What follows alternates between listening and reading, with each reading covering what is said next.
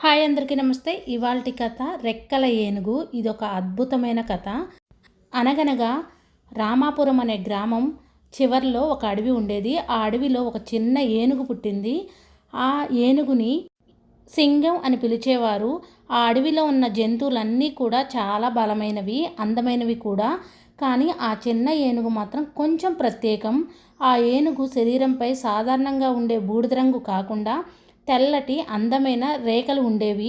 ఆ రేఖలు సూర్యకాంతితో మెరుస్తూ ఇంద్రధనుసులా కనిపించేవి. అందుకే అందరూ దాన్ని రెక్కల ఏనుగు అని పిలిచేవారు.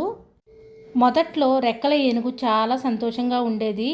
తన తల్లితో కలిసి సరస్సు దగ్గర స్నానం చేసేది, చెట్ల ఆకులు తినేది, స్నేహితులతో ఆడుకునేది. కానీ కొంతకాలం తర్వాత ఇతర జంతువులన్నీ దాని రేఖలను చూసి నవ్వడం మొదలుపెట్టాయి. ఏనుగుకి రెక్కలేమిటి అని కోతులు నవ్వేవి. ఇది ఏనుగు కాదు, జీబ్రా అయి ఉండాలి అని జింకలు చెప్పేవి. ఈ మాటలు విన్న రెక్కల ఏనుగు మనసు చాలా బాధపడేది. నేనెందుకు ఇలా వేరుగా ఉన్నాను అని తన తల్లిని అడిగింది. అప్పుడు తల్లి స్నేహంగా నవ్వి చెప్పింది, బిడ్డ, దేవుడు ప్రతి ఒక్కరిని ప్రత్యేకంగా తయారు చేస్తాడు. నీ రేఖలు నీ బలహీనత కాదు, నీ ప్రత్యేకత. అమ్మ మాటలు విన్నాక కూడా రెక్కల ఏనుగు మనసులో చిన్న సందేహం ఉండేది. ఒకరోజు ఆ అడవిలో పెద్ద తుఫాను వచ్చింది. గాలి బలంగా వీచింది. చెట్లు విరిగిపోయాయి. జంతువులందరూ భయంతో పరుగులు తీశాయి. చిన్న జంతువులు దారి తప్పిపోయాయి. ఆ సమయంలో రెక్కల ఏనుగు తన తల్లిని కోల్పోయింది. భయంతో ఏడుస్తూ ఉండగా దూరంలో ఒక చిన్న కుందేలు చెట్టు కొమ్మల మధ్య చిక్కుకొని ఏడుస్తుంది.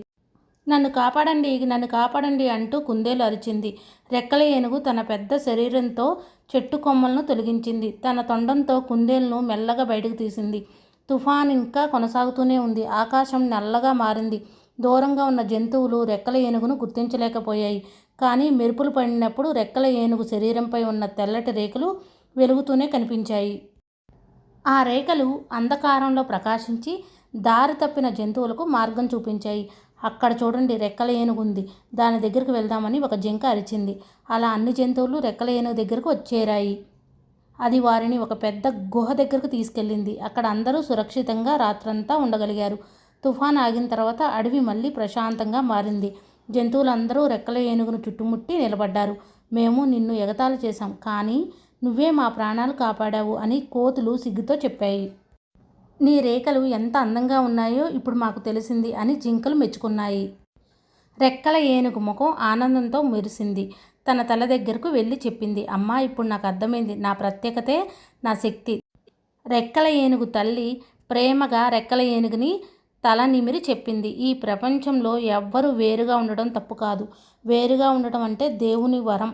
ఆ రోజు నుంచి అడవిలో ఎవ్వరూ రెక్కల ఏనుగును ఎగతాళి చేయలేదు. దాని రేఖలను గర్వంగా చూసేవారు. చిన్న జంతువులు దాని దగ్గరకు వచ్చి ధైర్యం నేర్చుకునేవి. రెక్కల ఏనుగు కూడా ఒక విషయం నేర్చుకుంది, మన ప్రత్యేకతే మన బలం. ఇలా రెక్కల ఏనుగు కథ అడవిలో తరతరాలుగా చెప్తూనే ఉంది. నీతి: వేరుగా ఉండడం తప్పు కాదు. ప్రతి ఒక్కరిలో ఒక ప్రత్యేకమైన వెలుగు ఉంటుంది. దాన్ని నమ్మితే ప్రపంచం వెలిగిపోతుంది. ఇది రెక్కల ఏనుగు స్టోరీ. మీలో ఎంతమందికి ఈ స్టోరీ నచ్చిందో కామెంట్ చేయండి. మన ఛానల్ని ఫస్ట్ టైం చూస్తున్నట్టయితే సబ్స్క్రైబ్ చేసుకోండి. మన ఛానల్పై మీ అభిప్రాయాన్ని కామెంట్ రూపంలో తెలియజేయండి. ఈ స్టోరీ మీకు నచ్చిందా? నచ్చితే ఇంకా ఎలాంటి స్టోరీస్ కావాలో కూడా కామెంట్ చేయండి. ఈ స్టోరీపై మీ అభిప్రాయాన్ని కూడా కామెంట్ చేయండి. Thank you for watching. Bye అండి.